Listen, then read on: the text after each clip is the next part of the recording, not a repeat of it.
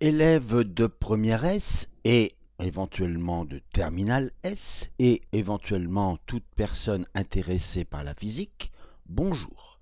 Eh bien, nous abordons ici la suite de la leçon sur la cohésion des solides et nous voyons la relation qu'il peut y avoir entre cohésion et température. Dans cette leçon, nous parlerons de variation de température et transformation physique d'un système par transfert thermique, mais comme c'est une leçon sur le solide, nous n'envisagerons que la transformation physique d'un solide. En ce qui concerne les compétences attendues, vous devrez interpréter à l'échelle microscopique les aspects énergétiques d'une variation de température et d'un changement d'état. Alors vous vous souvenez peut-être que nous avons parlé du chlorure de sodium qui est un solide ionique. Nous avons également parlé du chlorure d'iode qui est un solide moléculaire formé de molécules polaires qui donc interagissent avec des liaisons de Van der Waals de type kysome. Nous avons également parlé du diode. Dans ce cas, nous avons des molécules apolaires et donc les liaisons de Van der Waals existent ici entre dipôles instantanés, ce sont des forces de London. Nous avons également étudié le solide HF dans lequel on trouve des liaisons très fortes, des liaisons hydrogènes.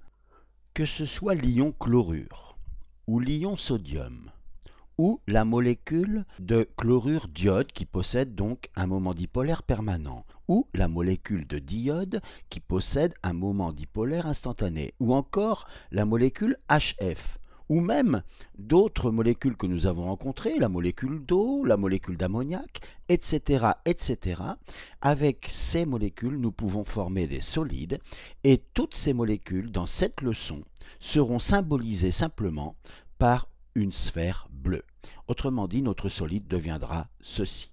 Donc, à chaque fois que vous verrez une sphère bleue, vous penserez que ça peut être n'importe quelle molécule, toute molécule que vous voudrez bien imaginer. Considérons notre solide à température ambiante, 20 degrés Celsius par exemple. Pour suivre l'évolution de la température, nous utilisons symboliquement un petit thermomètre. De même, la petite loupe symbolise la possibilité de se rendre dans l'univers microscopique des particules. Nous observons que les particules ne sont pas immobiles.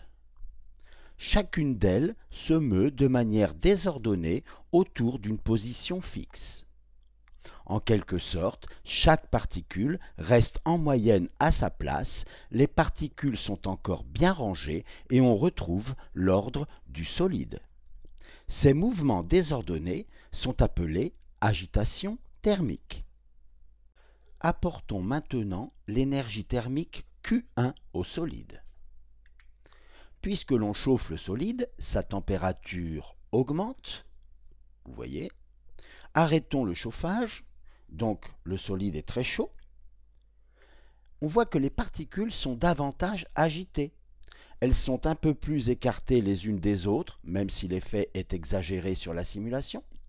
L'ordre du solide est conservé, car on observe encore un certain ordre, même si les particules se meuvent de façon désordonnée, elles restent toujours autour d'une position fixe.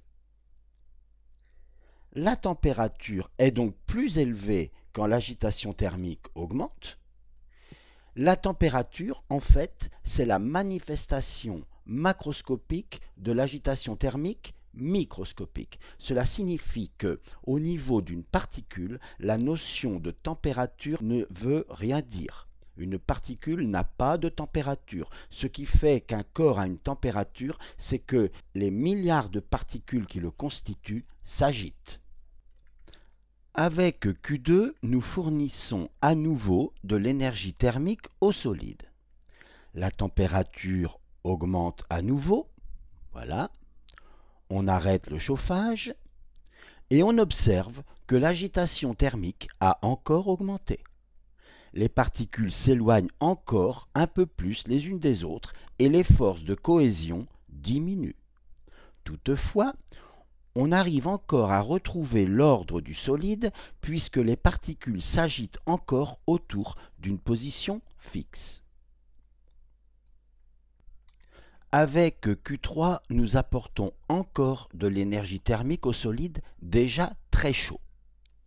Sa température augmente encore, puis, malgré le chauffage qui reste en fonctionnement, la température se stabilise. L'énergie thermique apportée ne sert plus à augmenter la température du solide.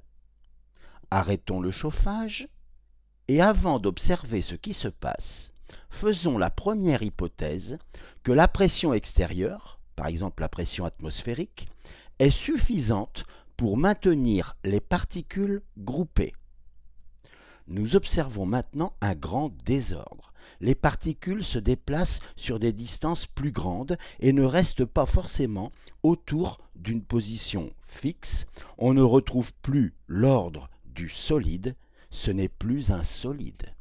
Et puisque les particules restent groupées, aucune d'entre elles ne quitte le groupe. Il s'agit d'un liquide. La transformation solide vers liquide est appelée fusion. Faisons maintenant la deuxième hypothèse que la pression extérieure est insuffisante pour maintenir les particules groupées. Les molécules se dispersent alors dans tout l'espace. Le désordre est total, le solide n'existe plus, il s'est transformé en gaz. Le passage direct, solide vers gaz, sans passer par l'état liquide, est appelé sublimation. Revenons aux conditions du début où nous avions notre solide à la température ambiante. On retrouve donc des particules beaucoup moins agitées, mais surtout l'ordre caractéristique du solide. Faisons cette remarque que, à température ambiante, les molécules réelles s'agitent avec des mouvements des milliards de fois plus rapides que sur la simulation. Que se passe-t-il si on refroidit le solide? Imaginons que l'on puisse mettre le solide dans un supercongélateur. Le solide perd alors l'énergie thermique Q4 et la température diminue.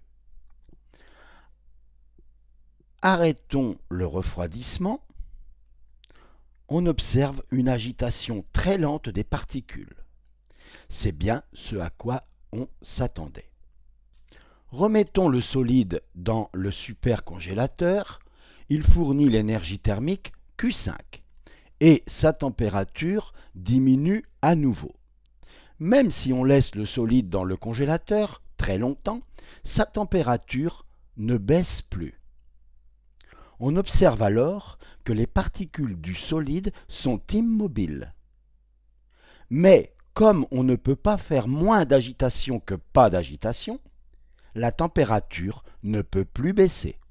On est arrivé au zéro absolu, 0 Kelvin, soit moins 273 degrés Celsius. Il y a une limite dans le froid, la température ne peut pas être inférieure à moins 273 degrés Celsius. Considérons maintenant le tableau périodique des éléments que vous connaissez bien. Celui-ci est très complet et on va s'intéresser seulement à ce bloc-là, ce bloc d'éléments-là. Alors on va le grossir d'une part et on va l'ultra simplifier d'autre part. Voilà. Et maintenant, vous avez appris en classe de seconde que les éléments d'une même colonne font partie d'une même famille et donc ont des propriétés semblables, en particulier par exemple dans l'association de ces éléments avec l'hydrogène. Eh bien par exemple avec le fluor nous avons la molécule HF, avec le chlore HCl, puis HBr, puis HI. En association avec l'hydrogène, donc avec l'oxygène nous avons H2O, avec le soufre H2S, puis H2SE, H2TE. L'azote, eh bien, vous vous souvenez d'avoir rencontré donc la molécule NH3, l'ammoniac, puis vous pouvez envisager PH3, ASH3, SBH3, et enfin, avec la colonne du carbone, vous avez le méthane que vous connaissez bien, CH4, et puis les molécules SiH4, GeH4 et SnH4. Bien sûr, le tableau périodique possède des colonnes, mais il possède aussi des lignes. C'est ce qu'on appelle les périodes. Les périodes que nous considérons sont les périodes 2, 3, 4 et 5. Alors maintenant, on va construire un diagramme qui indique en ordonnée la température de fusion de certains solides et en abscisse la période dont on vient de parler. On va commencer par la période numéro 5, donc étain, antimoine, tellure et iode. Eh bien, par exemple, le solide formé de molécules SnH4 fond à moins 146 degrés Celsius. Autrement dit, c'est très très froid. SbH3 fond à moins 88, et puis vous voyez que Hi à moins 51 et H2TE à moins 49. Regardons maintenant la période numéro 4. Alors nous avons GeH4 qui fond à moins 165, ASH3, moins 116, etc. Et qu'est-ce qu'on voit? On voit que les solides qui sont construits à partir des éléments de la période 4 eh bien, fondent à des températures plus basses, ce qui signifie que les liaisons sont moins fortes. Vous n'avez qu'à penser par exemple qu'on est parti du zéro absolu et qu'on chauffe. Eh bien, on va faire fondre GeH4 avant SnH4, ce qui signifie que GeH4 est constitué de molécules qui se tiennent moins fortement que SnH4 puisqu'ils font d'abord.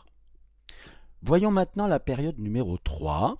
Nous avons SiH4 qui font donc à moins 185 et puis donc pH3, HCl et H2S. Et là encore, les températures de fusion diminuent. Voyons maintenant les molécules construites à partir des éléments de la période 2. Alors nous avons le méthane qui fond à moins 182. Alors ici, bon, il y a une légère augmentation. Et puis, voyons maintenant, oh, l'ammoniac, c'est bizarre. Vous avez vu comme ça monte? On ne l'attendait pas là. Bon, voyons HF. Oh là là, mais ça monte aussi. Bon, et puis alors voyons H2O. Oh là là, mais alors là, c'est complètement bizarre. Complètement bizarre. Il y a une anomalie. Comment ça se fait, ça? Pourquoi ces solides fondent-ils à des températures beaucoup plus grandes que celles qui étaient prévues? C'est-à-dire, qu'est-ce qui se passe? Il y a bien quelque chose qui fait que les liaisons sont renforcées. C'est plus difficile de faire fondre, c'est-à-dire c'est plus difficile de séparer les particules. Quel est cet effet? Vous l'avez peut-être deviné. Vous avez le fluor, l'oxygène, l'azote et l'hydrogène. Bien entendu, vous l'avez trouvé, c'est la liaison hydrogène. Et vous voyez que si dans l'eau, par exemple, il n'y avait pas la liaison hydrogène, eh bien l'eau, la glace, fondrait autour de moins 100. Autrement dit, sur Terre, il est probable qu'on n'aurait pratiquement jamais vu de glace.